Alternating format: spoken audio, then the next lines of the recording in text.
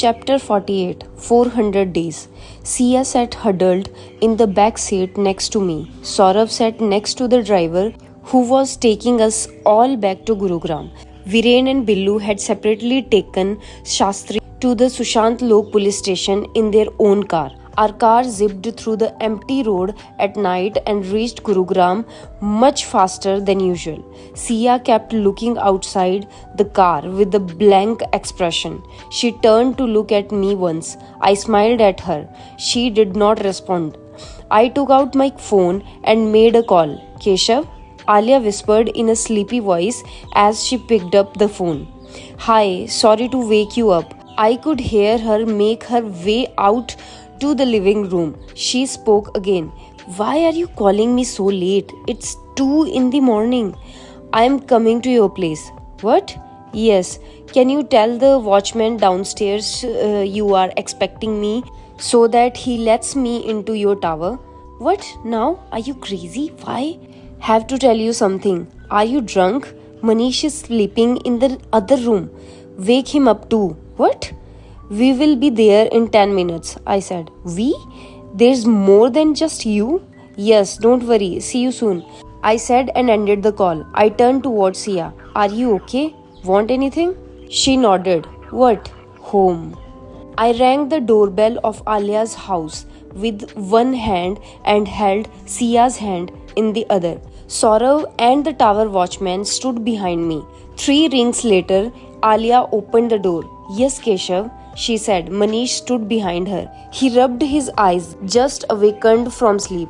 I didn't answer. I simply nudged Sia forward. Alia's mouth and eyes opened wide. She lifted her right hand to cover her mouth. Alia's body trembled as she bent lower on her knees to come level with her daughter. Sia? My Sia? She said, still in shock. She kept her hands on her daughter's thin shoulders very delicately. Mommy, Sia said and began to cry softly. Oh my God, Sia, Alia said. She hugged her daughter tight, their bodies shaking as one as they wept. Manish seemed to be in a daze as he bent to touch his daughter's hair. Sia? He said in a broken voice. Manish looked at me. How? How did this happen? How did you find her? He said. It's late. Sia needs to rest. I will share everything tomorrow, I said. I gestured to Alia to take her daughter inside. She and Sia left. Manish remained with us. Saurav pressed the lift button. There is so much blood on your shirt, Keshav. Are you okay? Manish said as Saurav, the watchman, and I entered the lift. Don't worry about me, I said. Just take care of Sia. Your picture's in on TV on the local news channel, my father said. Really? I said. I stretched my arms as I sat up in my bed. Despite my late night hospital visit, my shoulder still hurt. You found their girl? Papa said. We did, I said. Congratulations. Thank you, Papa. There is a bandage on your shoulder. What happened? He said. Minor injury. I'm fine, I said, getting off the bed. I followed my father to the living room. I read the flashing headlight. Sia Arora found. Family priest arrested. Girl held captive for 400 horrific days. The local anchor spoke on screen. In a miracle of sorts, 13 or rather 14-year-old Sia Arora has been found 400 days after her disappearance. In a dramatic and clandestine midnight operation, a special team raided and found her imprisoned at a jaggery processing unit owned by Pandit Shastri, the Arora's family priest. The special team comprised Private Detective Keshav Rajpurohit and Saurav Maheshwari. Accompanying them were Sub-Inspector Viren Hooda and Constable Billu Tomar from the Gurugram police. I looked at my phone. I had message from Inspector Chautala, Saurav and Alia. I read Chautala's message first. Amazing job, Keshavji. You only took Viren, but bro, don't forget my contribution. Taking good care of Shastri. Don't worry. We will get him the death penalty, no less. We'll see you soon, bro. I had become Chautala's bro overnight. Thank you, sir, I replied to him. He called me back immediately. I should thank you, Keshav bro. By the way, we checked flight records. Dharmesh went to Dubai. This Roy should also be there. We have contacted Dubai police. Don't worry. We won't leave this stalker Roy either. That's great, I said. We spoke for some time and made a plan to meet up soon. I opened Saurav's message. Bhai, we are stars. That girl Jyoti who rejected me saw my name on TV and messaged. She wants to meet. Okay, bhai, call me when you wake up. I finally opened Alia's message. Keshav, you are like God to me. I love you. 1 week later, I'm sorry, one more minute and I will release you, she said. It's okay, Alia. I love your long hugs, I said. I had booked a room at Anya again. Alia and I had barely spoken all week. She told me that the plethora of media requests for interview had not stopped. She had declined them all. Countless friends, curious neighbors, and classmates wanted to come over and visit as well. Alia had said no to most of them. Finally, 7 days after Sia had returned, she messaged saying she wanted to see me. How's Sia? Her face was still bruised in my chest and her voice was muffled. It will take her a long time to be completely okay, but she is better. Started therapy. I stroked Alia's hair. She started talking to me. She is telling me in bits and pieces what happened to her. It's just the worst, horrible. I could feel the front of my shirt grow damp with her tears. Alia sat up and wiped her eyes. Keshav, is it okay if we don't do anything today? You know what I mean? I'm not in that frame of mind. Of course, I just wanted to meet you more than anything else. Yes, I did too. Sorry. I have had no time. I understand. It's okay, I said. You are the sweetest. You are the best. You truly are God for me, Keshav, she said. Stop saying that, I said. No, really, and I don't like that we have to keep meeting in secret. Me neither, I said. I have finalized everything with Manish. After the puja, we had decided to tell his parents and work out the asset split. But right now, I have to ensure Sia gets okay. She is top priority, Keshav. I understand, I said. You and I can wait for a while. Will you give me 1 month? What date is it today? 29 October, right? Let's meet here at Anya again after exactly 1 month on 29 November. We will finalize our plan then, I promise. Will you be okay with that? I will be okay if you smile, I said.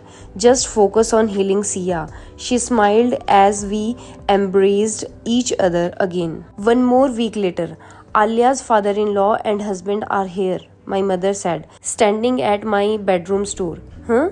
I said, surprised. I leaped off the bed. It was mid-morning on a Monday. I changed out of my night clothes into a shirt and pant and went to the living room. Shamsher and Manish stood up to greet me. We wanted to come and thank you properly, Shamsher said.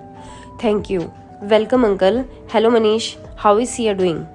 Good, Manish said. Her physical health is fine. Counseling going on too. Her therapist said she will take a little while to be ready to meet other people apart from family. But she's better. Great, please sit, I said. All of us sat down on the sofas. My mother offered tea. They declined. We won't take much of your time. We have to go to work anyway, Manish said. Your son is a gem, Shamsher said to my father. Papa smiled, not used to hearing things like that about me. Keshav, what you have done for us is priceless, but we wanted to give you something, Shamsher said. He took out a jewelry box from the jacket pocket. This is for your mother. I made a necklace similar to this for my own mother when I opened my jewelry business. He handed my mother the box. Ma opened it and almost toppled over. What is that, Aroda ji? She said, displaying the diamond necklace in the box to all of us. From our side, please, Manish said and folded his hands to my mother. Before my mother could react, Shamsher spoke again. That's not all. Keshav, last time you returned my check. I am not going to give you that option today. Check your messages. I sent something by bank transfer. I opened my phone and checked my email. I had a message from my bank saying I had received a payment of a number that began with 1 and had several zeros. Uncle, but I began. It is the least we can do, Shamsher said, and this was Durga's idea to send you a wire transfer to ensure that you get the money. I nodded. This is just a small thank you from us, Keshav, Manish said. You gave my family a new life. We can never repay you for that. My wife would have come and thanked you personally too. She just feel too ashamed, Shamsher said. I nodded. She will change. We all have to make sure she does, Shamsher said. Shastri, being the culprit, has shaken her very badly. She trusted him with her life. I haven't been there for Alia. I let her be mistreated. I promised it won't happen again, Manish said. My father looked at Shamsher and Manish, stupefied. You must have lunch. How can you leave without lunch? My mother said, necklace box still in hand. Some other time, Shamsher said as he and Manish stood up to leave. Thank you once again. I messaged Saurav right after they left. Shamsher gave me more money. And you returned the check again? He wired it. I can't. How much? 10 lakh rupees, I think. Wow, send me the message. I went to my email, copied the bank's message and pasted it into my WhatsApp chat with Saurav. Bhai, that's not 10 lakhs. Then? It's 1 crore. You missed 1 zero. Another week later, I dropped the barbell hard on the ground. I had finished my fifth and final set of 100 kilo deadlifts. I still had 2 more weeks before 29 November, when I would meet Alia again. To make time go faster, I stayed longer and worked harder at the gym. I picked up my phone after the workout. An unknown number had sent me a message. Hi, this is Sia. I wiped my face with a hand towel and replied, Hi Sia, how are you? I am well. Mom gave me your number. Am I disturbing you? Not at all. I am glad you are doing well. You are the first person I am sending a message to since the therapist allowed me to use the phone again. Oh, that's great. I never got a chance to thank you. It's okay. You had been through a lot. Thank you for finding me and saving my life. Thank you for not giving up on me. It's your mother. She is the one who never gave up. She told me to find you. Yes, I love my mother the most. I could have replied with an I do too, but didn't. That's so nice, I responded. I love Dad and Suhana a lot too. Yes, of course. Suhana told me how you used to play with her. Yes, say hello to the little champion. I will. Listen, Sia, if there's anything I can do for you or anything you want, let me know, okay? I only wanted one thing. And you already gave it to me. What? My family.